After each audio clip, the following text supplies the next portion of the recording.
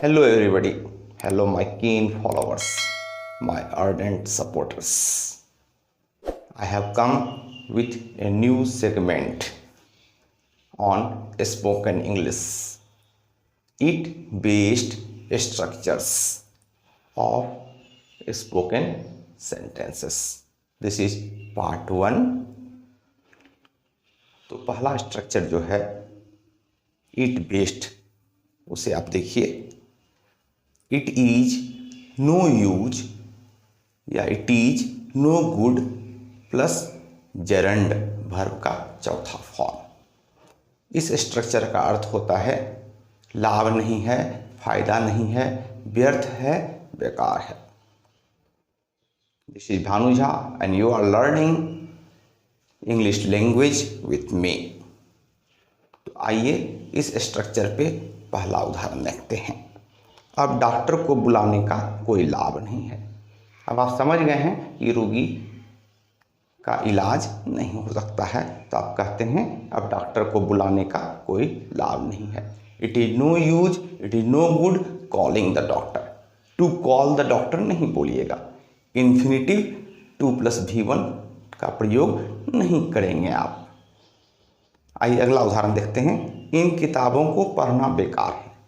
आप समझते हैं कि इन किताबों में जो स्टफ है, मटेरियल है, वो आपके उपयोग का नहीं है, तो आप कहते हैं इन किताबों को पढ़ना बेकार है। It is no good reading these books. It is no use reading या स्टडिंग दीज बुक्स। अगला उदाहरण देखते हैं।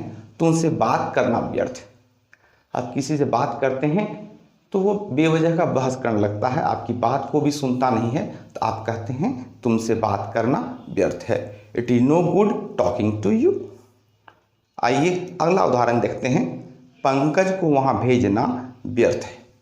आप समझते हैं पंकज को या किसी अन्य को भी वहाँ भेजकर काम नहीं बनेगा, तो आप कहते हैं पंकज को वहाँ भेजना व्यर्थ है। It is no good sending Pankaj there. अगला उदाहरण देखते हैं। अब कोशिश करना बेकार है। आप समझ गए हैं कि अब कोशिश करने से कोई अच्छा परिणाम नहीं आएगा, तो आप कहते हैं अब कोशिश करना बेकार है। It is no good trying now. It is no use trying now. अगले उदाहरण को देखते हैं। इस पे समय खर्च करना बेकार था। जब किसी काम पे आपने वक्त दिया, एनर्जी लगाई और बाद में पता चला कि सारा बर्बाद चला गया, तो आप कहते हैं इस पे समय खर्च करना बेकार था। It was no use spending time over it. दो इंट्रोगेटिव में वाक्य देखते हैं। अगर इस स्ट्रक्चर को इंट्रोगेटिव में करते हैं तो is it any use, is it any good plus gerund. क्या उसको सलाह देने का कोई लाभ है? तो is it any use advising him. तो कोई आपकी बात ही नहीं सुनता तो फिर सलाह देकर क्या फायदा है। आइए अगला उदाहरण देखते हैं। क्या इस पर चिंता करने का कोई लाभ है? तो is it any use worrying over it. एक उदाहरण आप बनाइए। अब पछताने का कोई लाभ नहीं है। आइए इट बेस्ड सेकेंड स्ट्रक्चर को देखते हैं। सेकेंड स्ट्रक्चर कहता है इट सो हैपन्स या it so chances plus that plus subject plus verb. इस स्ट्रक्चर का तब प्रयोग करते हैं जब कोई कार्य अनायास हो जाता है या हो गया, अप्रत्याशित रूप से, अनएक्सपेक्टेडली, तो इस स्ट्रक्चर का आप प्रयोग करते हैं। उदाहरण से आइए समझते हैं। ऐसा हुआ कि वह गड्ढे में गिर गया। It so happened that he fell into a ditch. अगला उदाहरण देखते हैं। ऐसा होता है कि उसकी बस छूट जाती है। वो देर से उठता है, देर से तैयार होता है, देर से बस स्टॉप पहुंचता है, तो अक्सर उसकी बस छूट जाती है। तो ऐसा होता है कि उसकी बस छूट जाती है। It so happens that he misses the bus या misses his bus. अगला उदाहरण देखते हैं। ऐसा हुआ कि मैच देर से शुरू हुआ। कोई भी कारण हो सकता है, वर्षा हो गई होगी। ऐसा हुआ कि मैच देर से शुरू हुआ। It so happened that the match started late. आइए अगला उदाहरण देखते हैं। ऐसा हुआ कि वह मुझसे रास्ते में मिला।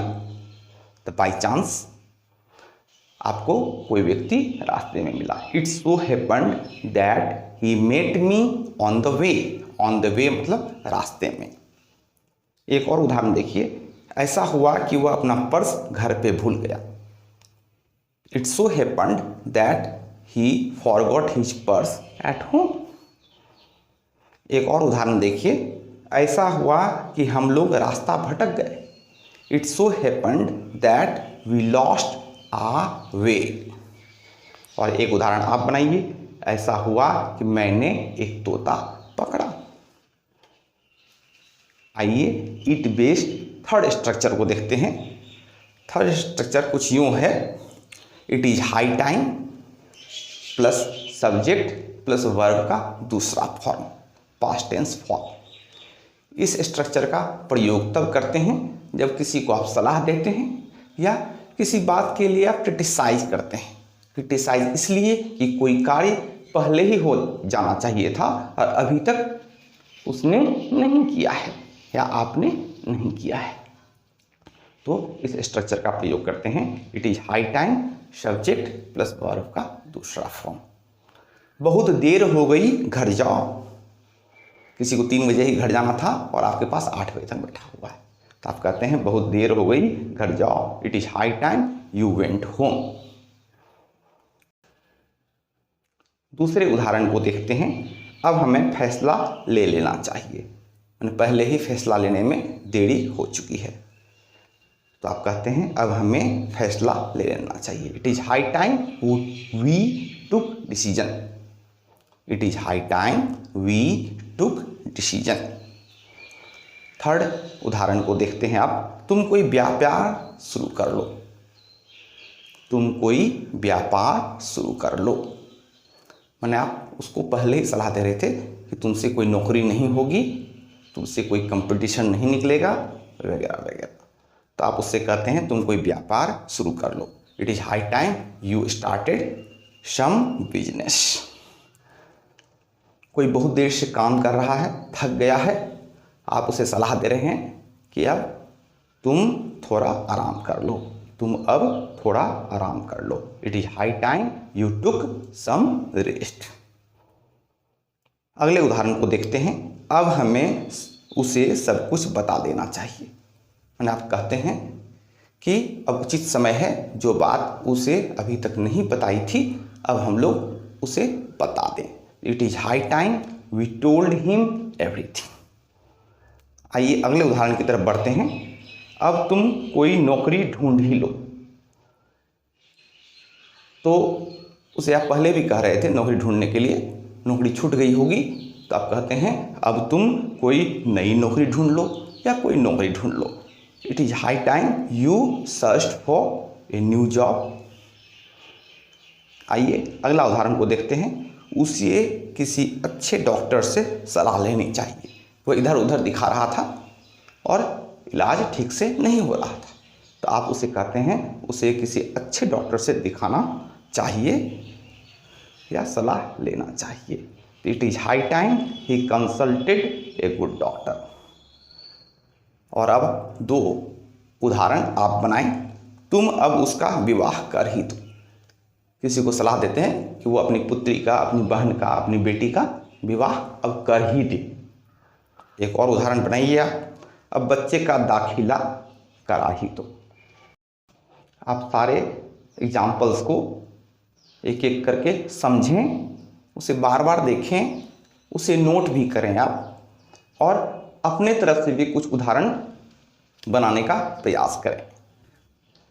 इट बेस्ड स्ट्रक्चर्स पे मैंने आपको 3 स्ट्रक्चर्स इस पार्ट में बताए। अगले पार्ट में 3 और स्ट्रक्चर्स मैं लेकर आऊँगा। Till then keep watching my all videos. Thank you.